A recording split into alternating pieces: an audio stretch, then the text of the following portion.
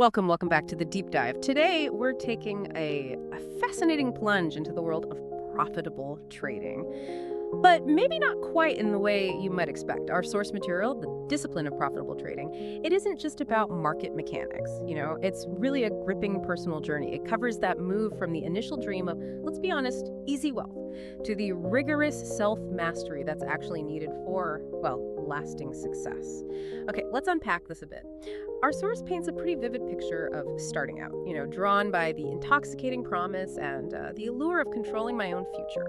That feeling is familiar, right? Whether it's starting a new business, learning a tricky new skill, maybe even a complex hobby, we all kind of chase that initial spark of potential, believing we've found our golden ticket. And in trading, that dream often looks like, endless holidays, working from a beach somewhere. Yeah, that's the hook. But what's truly fascinating here is how quickly that initial, almost utopian dream just runs headfirst into this very real, often unforgiving brick wall of reality.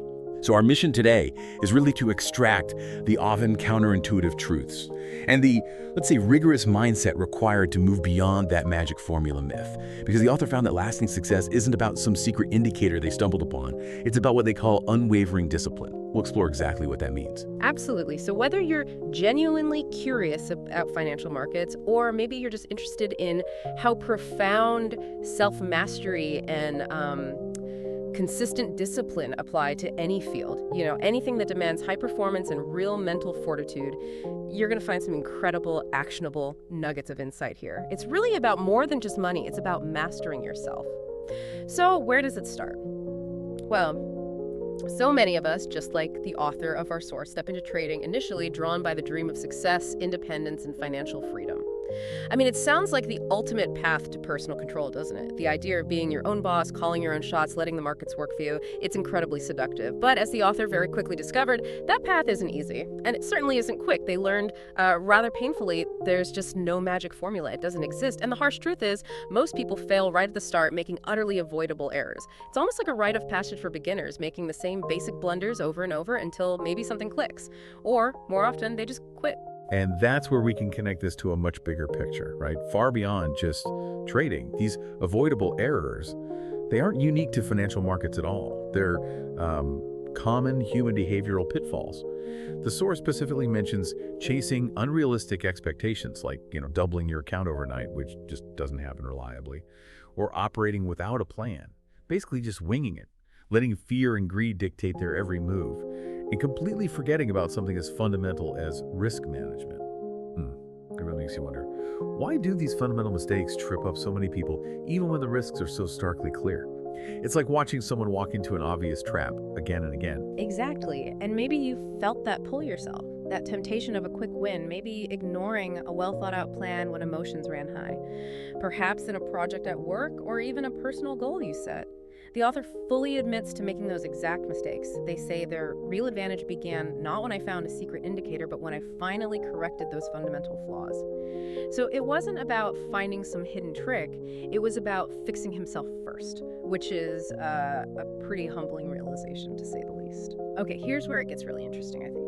What did this hard reckoning, as they call it, actually involve? It wasn't just vague introspection. It led to very specific, actionable changes. The author talks about having to really sit down and define my rules, limit the risk per operation, accept that losing streaks are inevitable. That's a big one. And concentrate on repeatable processes. Think of it like building a sturdy house. You start with the foundation, right? Not just slapping paint on flimsy walls. Precisely. And this isn't just like a checklist of tasks. It represents a profound paradigm shift in mindset. The whole objective moved away from trying to predict the next tick. That's a fool's errand, because let's face it, no one consistently does that. Instead, the goal became surviving long enough for my statistical advantage to express itself. It's a complete pivot from chasing instant gratification to playing the long game based purely on probabilities. Think about a casino. They don't know who's going to win the next hand of blackjack, right? But they know with absolute certainty that over thousands, millions of hands, their statistical edge will make them profitable.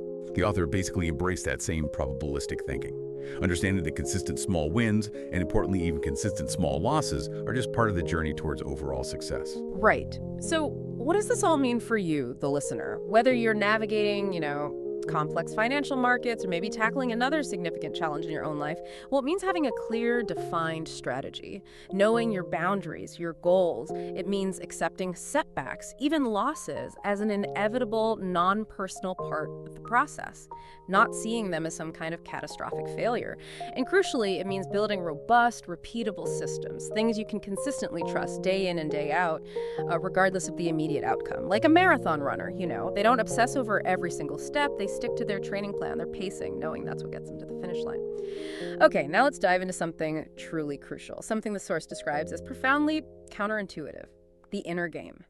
The author says, emotional mastery, I found, is as critical as any technical analysis. So it's not just about charts and numbers. It's profoundly about managing your internal state. It's kind of like being a high-stakes poker player who has to maintain that poker face, even when the chips are down, which is incredibly difficult for most of us naturally. Yeah, and what's fascinating here is the direct, actionable advice that completely flies in the face of our natural human instincts. The author advises, when the market plunges into panic, you must breathe and remain calm.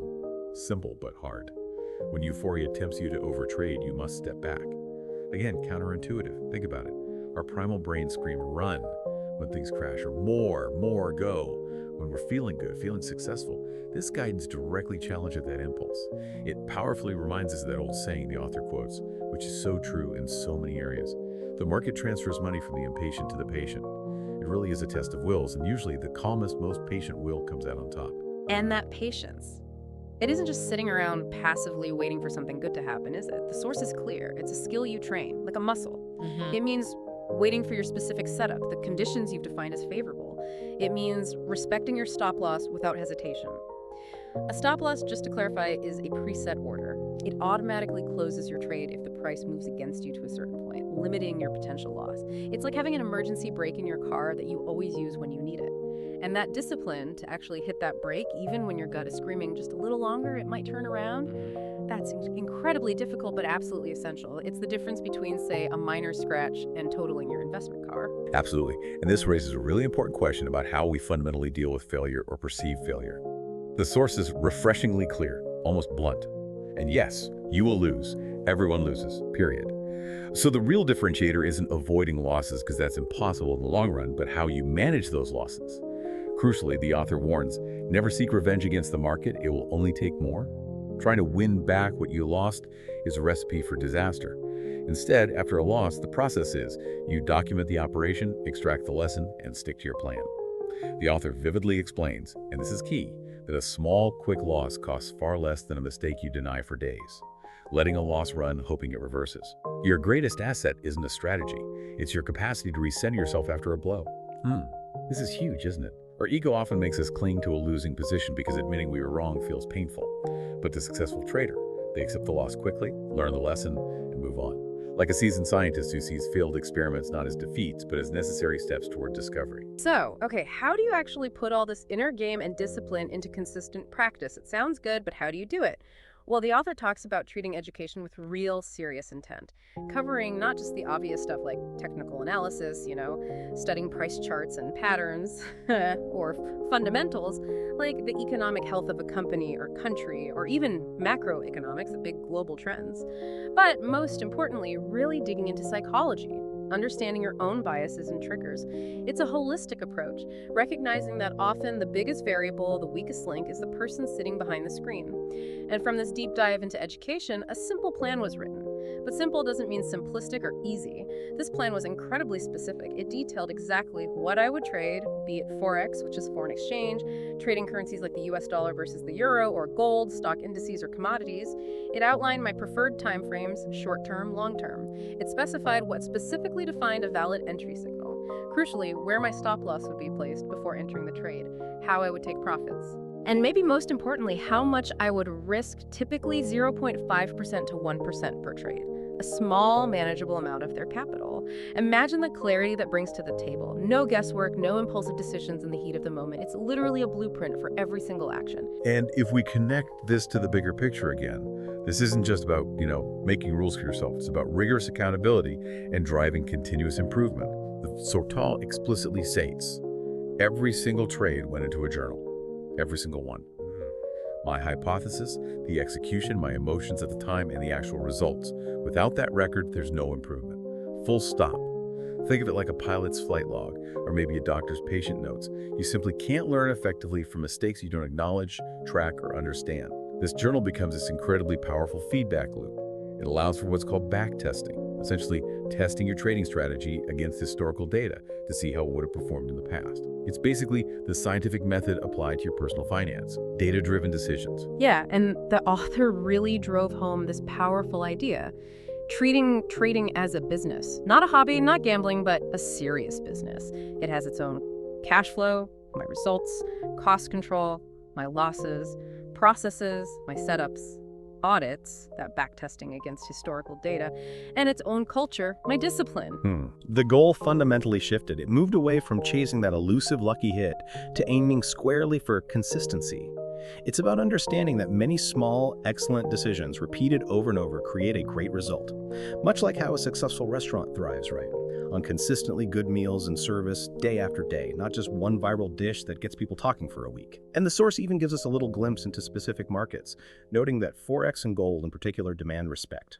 He elaborates that their liquidity and speed are seductive, they move fast, you can get in and out easily, but their volatility can be punishing. It's kind of like a high-performance sports car.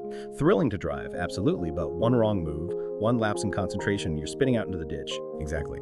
And the author learned to truly understand the unique drivers, the specific catalysts for these markets. For currencies and forex, they had to really grasp the catalysts. Monetary policy, what central banks are doing, employment data, inflation reports, trade balances. These aren't just dry economic terms you skim over. They are the fundamental forces that actually move a currency's value up or down. So for example, if a country's central bank raises interest rates, that makes holding that currency more attractive, potentially increasing its value relative to others. You need to know that.